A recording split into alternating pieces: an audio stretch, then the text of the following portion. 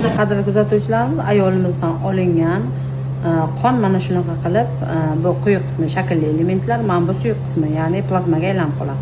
Aynan mana shu plazmani biz ayolimizni siydik yo'li atrofiga ukol qilib inyeksiya qilamiz. Sababi aynan buni eng zo'r natijasi o'sha yerda yosharish, qon aylanishni yaxshilab beradi.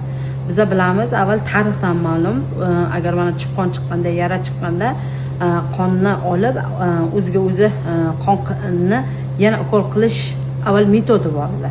Bu narsa hozirgi kunda atmen qilingan, lekin aynan bu plazmafariz hozirgi kunda eng urfga kirayotgan tabiiy davolash muolajasiga kiradi. Bu narsa o'sha qayerga qilinsa, o'sha joyda yosharish, qonni aylanishini yaxshilash natijalarini beradi. Ya'ni siydik yo'li yil o'tgan sayin, yoshimiz o'tgan sayin bo'shashib qoladi bunaqa bo'lib.